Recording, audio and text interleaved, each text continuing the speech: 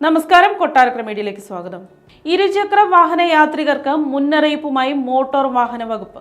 ചെറിയ സാമ്പത്തിക ലാഭത്തിനായി ഗുഡ്സ് വാഹനങ്ങളിൽ കൊണ്ടുപോകേണ്ട വസ്തുക്കൾ ഇരുചക്ര വാഹനങ്ങളിൽ കയറ്റുന്നത് നിയമവിരുദ്ധമാണെന്ന് MVD ഓർമ്മപ്പെടുത്തുന്നു. ഇത് വലിയ അപകടങ്ങളുണ്ടാക്കുമെന്നും മുന്നറിയിപ്പുണ്ട്. സുരക്ഷാ മാനദണ്ഡങ്ങൾ പാലിച്ചുകൊണ്ട് 2 പേർക്ക് യാത്ര ചെയ്യുന്നതിനായി രൂപകൽപ്പന ചെയ്തിട്ടുള്ള വാഹനമാണ് മോട്ടോർ സൈക്കിൾ.